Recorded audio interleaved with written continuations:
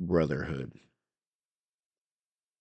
The echo of the screams reverberated off the inside of his helmet. Jogging across the grass, his eyes met those of the man holding a clipboard close to his face. This was a different kind of gaze, one that shared 4 years of countless hours of practice, weight room training, film sessions, broken bones, blood, sweat, and tears. It was a gaze that in a simple blink of an eye shared far more than words could. The wind rippled through his coach's jacket as he neared, the soft grass noticeably making way to the spikes of his cleats. A hole was ripped in his socks where the clasp of a face mask had met his shin bone in the second quarter. Now here they stood, time winding down. They'd done nothing through the air all game long, but the ground game had been virtually unstoppable. Even with time winding down, it seemed they would have to run the ball. Mouth covered by the clipboard, the coach nodded at his quarterback before saying, "I, offset right, student body right, guard pull. Quarterback lead on one." The quarterback smirked and nodded. They'd practiced a student body right with a quarterback lead, but had never run it in a game. The risk was too high to send the starting quarterback as a primary blocker at the second level, likely to encounter linebackers or on-rushing safeties. There were no more games after tonight. The only risk was losing this game. As he was about to return to the huddle to deliver this play, his coach grabbed his arm. "Leave it all. There is no tomorrow."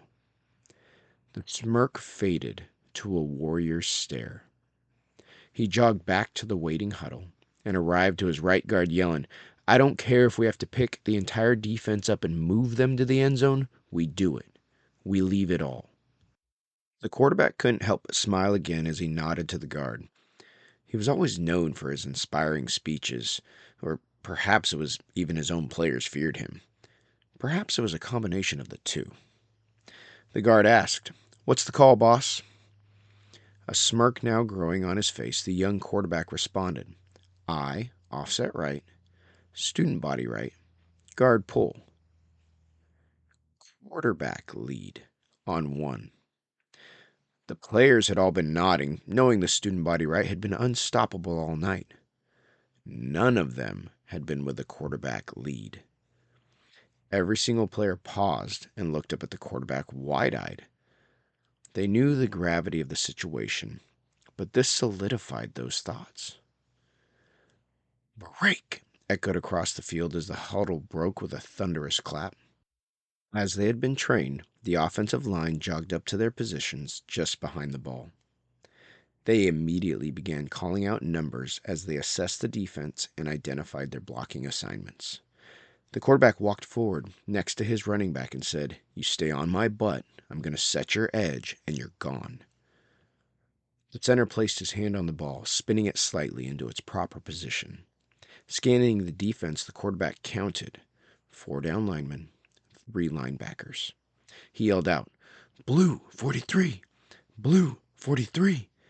indicating the play to the right was on, and the defense was showing to be in a 4-3, confirming his offensive lineman's blocking system. His hands found their way under the center as "set" echoed across the field. Time seemed to warp and slow. 4 years of blood, sweat, and tears. 4 years of brotherhood, culminating into one play. The roar of the crowd had become almost a distant blur, a faint noise in the background as all of the players worked through their jobs in their mind. Leave it all. The young quarterback screamed, "Hike!" Time was ripped back into its rightful place as the field exploded. The grass groaned in agony as cleat spikes dug deep. The battle in the trenches, led by the center, erupted as if shot from a cannon. Helmets, pads, arms, hands, all colliding near simultaneously as the line left all, blocking down, turning their marks to the left. The left guard stepped back, turned right, and moved like a shark hunting for prey just behind the rest of the offensive line. The quarterback, working the step sequence they had repped hundreds of times, stepped back, right, left, open right hip. Turning to prepare the short toss, he could see his running back had followed the same rehearsed steps and was beginning the side step to the right. The quarterback executed the short toss to the sidestepping running back, not waiting to see if he caught the toss. He would. He always did. He turned to see exactly what he knew would be happening. His fullback bypassed the edge rusher, moving on to pick up the middle linebacker. The edge rusher, despite having seen this play multiple times that night, seemed to believe he had been forgotten as he squared up to the apparently unprotected running back. "Look out!" Almost gently came from the pulling guard's mouth as he placed the forehead of his helmet in the ear hole of the unaware edge rusher. The crack was deafening as the crowd released a sympathetic "ooh." Even in the heat of the battle, the quarterback couldn't help but think about watching that hit during film session. Turning his left hip towards the massive hole the pulling guard had just opened, he dug his cleat spikes for one final time and charged up the field, his faithful running back right behind him. The safety had seen the play coming and was crashing hard on the hole, hoping to prevent what had happened so many times that night. The young quarterback felt the adrenaline surge through his veins. He would not allow his brother to be touched. Taking an almost unnoticeable half step to the right, he sent an unspoken signal to his running back that he was going to turn this onrushing safety inward, allowing him to bounce the run outside. Lowering his center of gravity and dropping his shoulder, the quarterback tightened his core and devoted the full measure of his force to his shoulder. A second "ooh" echoed from the crowd as the safety's cleats left the ground. One final play, one final block. The bewildered safety lay on the ground helpless as the running back tore across the field, nothing but green grass in front of him. The young quarterback, raising his fists in the air, dropped to his knees. As the above story played out, there's a high likelihood you were able to reflect on a similar moment in your life. Perhaps it was a military unit, a sports team, a group of friends, or even video games, but a similar moment nonetheless.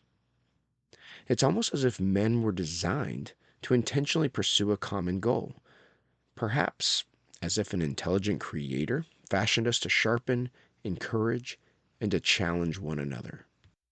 We rally around professional sports teams, college sports teams, high school sports teams, men's league sports teams, or even video games. Nobody had to show us how to do this. It comes naturally. Why is it then that we struggle with the concept of brotherhood in matters that could impact eternity?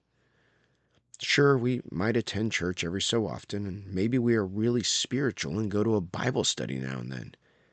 But how are we impacting eternity?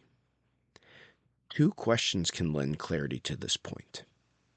Number one, who am I mentoring? And number two, who am I being mentored by? We pursue brotherhood with the highest passion on the ball field, but are we bringing the same passion to bear in our pursuit of Christ?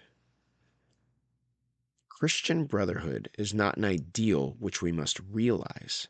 It is rather a reality created by God in Christ in which we may participate. Dietrich Bonhoeffer. We find ourselves at another crossroads.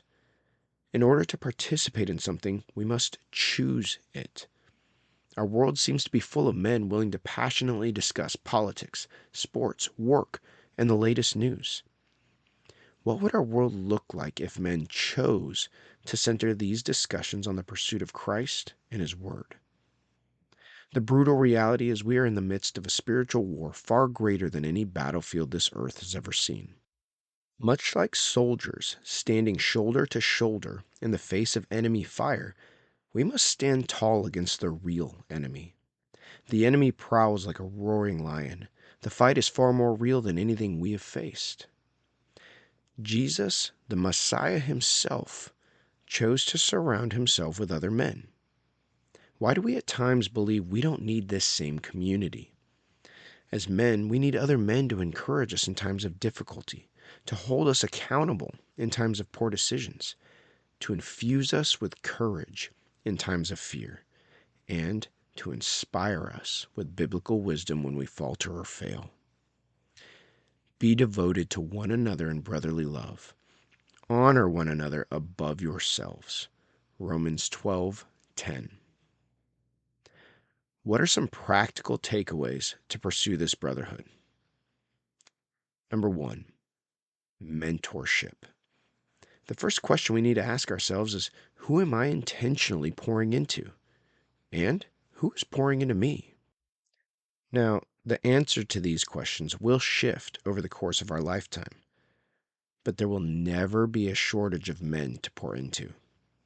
You do not have to be the next Elijah or Apostle Peter to inspire another man to pursue Christ. It does not cost us anything to encourage another man to seek God, but it does demand that we be intentional. Perhaps instead of reading up on the latest scores, trades, or politics, we can uncover a sermon or bit of scripture that we can challenge ourselves and another with. This does not have to be an awkward, formal process. It just needs to be an intentional action to point another man to Christ and His Word. Finding another man to mentor us is not always as easy. This will require diligence on our part, but as a good place to start, think of the men in your life, whether you have regular interaction or minimal. Think of a man who appears to love God and is full of wisdom. Ask this man if you can go to coffee or lunch. If you can't think of a man that meets this criteria, do not fret. We will address this in point number 2. Number 2, attend church regularly. One of the greatest lies of Satan currently woven through our culture is we can do life remotely. Sure, is the phone and internet a useful way to stay connected with distant loved ones and friends? Absolutely. However, on a daily basis, our life demands more.